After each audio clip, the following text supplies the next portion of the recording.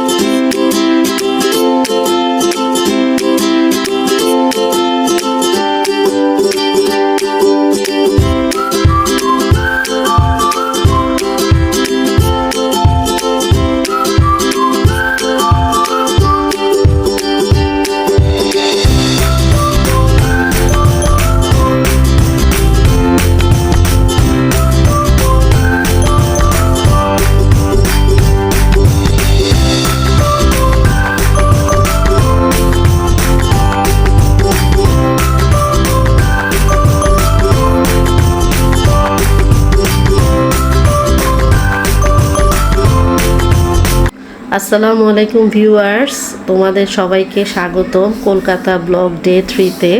আশা করি তোমরা সবাই ভালো আছো। এখন তোমরা দেখতে পাচ্ছ আমরা কস্তুরীতে আছি। কস্তুরীতে আমরা এটা দ্বিতীয় দিন খাচ্ছি, সন্ধ্যার পরে রাতের খাবার। আগের দিন আমরা সেহেরিও করেছি এখানে, প্লাস রাতের খাবারও এখানে খেয়েছি। তো আজকে খুবই সাধারণ খাবার নিয়েছি, তাও তোমাদেরকে একটু দেখিয়ে দিলাম।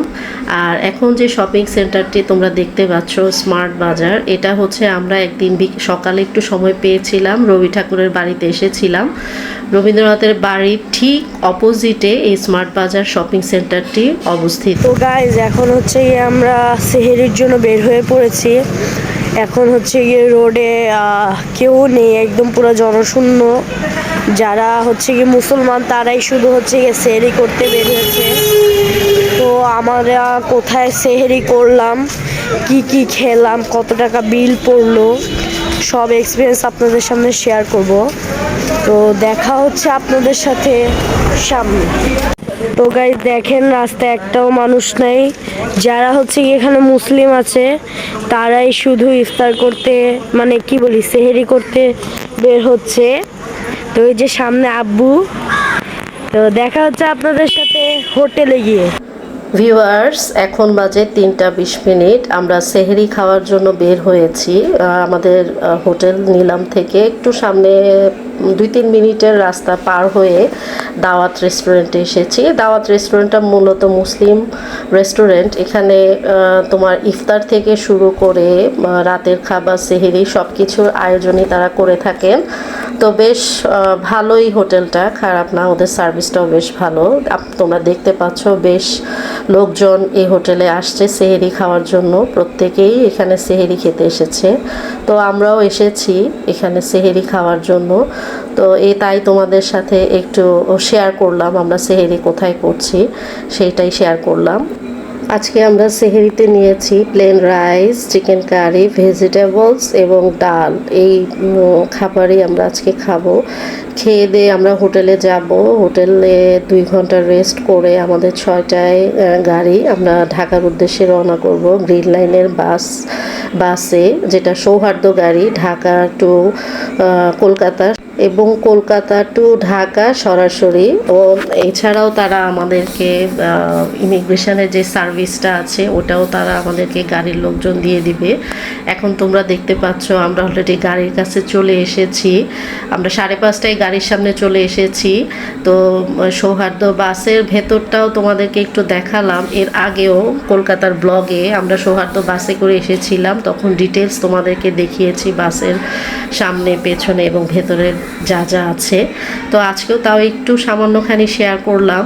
তো তোমাদেরকে আশা করি আসলে অনেক ইনফরমেশান আমি তোমাদেরকে দিতে পারিনি। গত 2 দিন আমার ভিডিও করার পসিবল হচ্ছিল না, যার কারণে কিছু ইনফরমেশান হয়তো আমি তোমাদের সাথে শেয়ার করতে পারিনি। সেজন্য আপু অনেক দুঃখিত। তোমরা সবাই আশা করি আমার এই ব্লগটি এবং কলকাতার সিরিজের যে ডে 1, 2, 3 আর তোমাদের সাথে শেয়ার করলাম, আশা করি তোমরা সবাই উপভোগ করেছো ভিডিওটি, প্রথম থেকে শেষ পর্যন্ত দেখেছো। তোমাদের এই সহযোগিতাই আমার দরকার। আসলে আমি সবসময় তোমাদের হেল্প নিয়েই সামনে এগিয়ে যাচ্ছি। এখন তোমরা দেখতে পাচ্ছ আমরা ইমিগ্রেশন অলরেডি কমপ্লিট করে ফেলেছি। ইমিগ্রেশন কমপ্লিট করতে আমাদের 45 মিনিট থেকে ঘন্টাখানেকের মতো লেগেছে। এখন আমরা বাসে উঠে বসেছি। বাস থেকেই তোমাদের সাথে একটু ভিডিও করে শেয়ার করার চেষ্টা করলাম। তো আশা করি ভিডিও তোমাদের ভালো লেগেছে। আর আমার এই ভিডিওগুলো যারা নতুন দেখছো তোমরা অবশ্যই আমার চ্যানেলটিকে সাবস্ক্রাইব করবে এবং তোমার ফ্যামিলি, ফ্রেন্ডস এবং অন্য গ্রুপগুলোতে তোমরা অবশ্যই শেয়ার করে দিবে। এখন দেখতে পাচ্ছ সেই রেস্টুরেন্টটি, যে রেস্টুরেন্টে আমরা কলকাতায় যাওয়ার সময় থেমেছিলাম। আজকেও একই জায়গায় থেমেছি। সম্ভবত আসা যাওয়ার পথে কলকাতায় এই রেস্টুরেন্টটিতেই সব বিরতি হয় সব গাড়ির। তো ভেতরে তো আসলে ভিডিও করা যাচ্ছে না, বাইরে থেকে তাও একটু তোমাদের বাইরের ভিউটি দেখাচ্ছি দিনের আলোতে। আশা করি তোমাদের সবার কাছে ভালো লাগবে। তো তোমরা সবাই আমার সাথে থাকবে এইটাই আমি আশা করি এবং ইনশাল্লাহ আবার দেখা হবে নতুন কোনো জায়গায় নতুন ব্লগ নিয়ে। সেই পর্যন্ত তোমরা সবাই আমার জন্য দোয়া করবে, আমার নিহালের জন্য দোয়া করবে, আমার পরিবারের জন্য দোয়া করবে। আর আমিও আমার ভিউয়ার্সদের জন্য আল্লাহর কাছে অবশ্যই দোয়া করি সবাই যেন তোমরা সুস্থ, স্বাভাবিক এবং সুন্দর জীবন কাটাতে পারো। তো ধন্যবাদ। দেখা হচ্ছে নতুন কোনো ভিডিওতে। আল্লাহ হাফেজ।